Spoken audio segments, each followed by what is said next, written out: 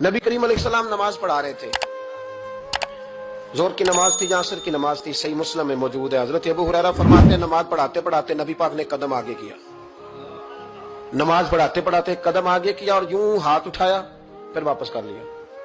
अब नमाज पढ़ के ना तो सलाम फेरा तो सहाबा अर्ज करने लगे या रसूल अल्लाह सल्लल्लाहु अलैहि वसल्लम, वो नमाज में पैर भी आगे किया तो हाथ भी उठाया, तो वजह क्या थी? पहला सवाल तो यह है कि आप लोग नमाज पढ़ रहे थे या हुजूर को देख रहे थे? तो सहाबा तो पहले ही बताते हैं कि भाई हम तो पहली साफ में नमाज इसलिए पढ़ते थे कि नमाज भी होती रहती थी और चुपके चुपके महबूब की दीद भी होती रहती थी। हुजूर से पूछा या रसूल अल्लाह, वो नमाज पढ़ते पढ़ते कदम आगे बढ़ाया आपने तो फिर पीछे कर लिया, क्या था? और हाथ उठाया तो फिर आपने नीचे कर लिया। तो नबी करीम फरमाने लगे नमाज पढ़ाते पढ़ाते जब मैंने कहा ना समी अल्लाहु लिमन हमीदा, अचानक मेरी नजर उठी तो जन्नत में चली गई। नजर उठी तो जन्नत में, तेरे लिए 2-4 कदम अर्श बरी है।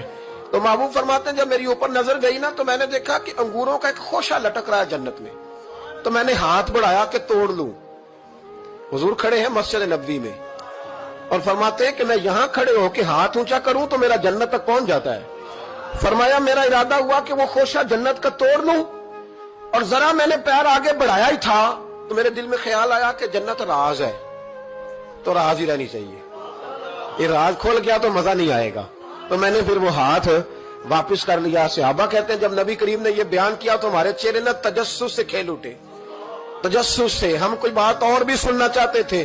तो महबूब फरमाने लगे अगर मैं वो खोशा तोड़ के ले आता और तुम्हें दे देता तुम कयामत तक भी खाते रहते तो तुमसे खत्म नहीं होना था। ये सही मुस्लिम की हदीस है। ओ भाई, मेरे रसूल करीम के वाकया में राज पे शिकवा करना, कहना समझ में नहीं आती कैसे गए थे। तो तू जो चाहे तो हर शब हो मिसाले शबे असरा, इसलिए कि तेरे लिए 2-4 कदम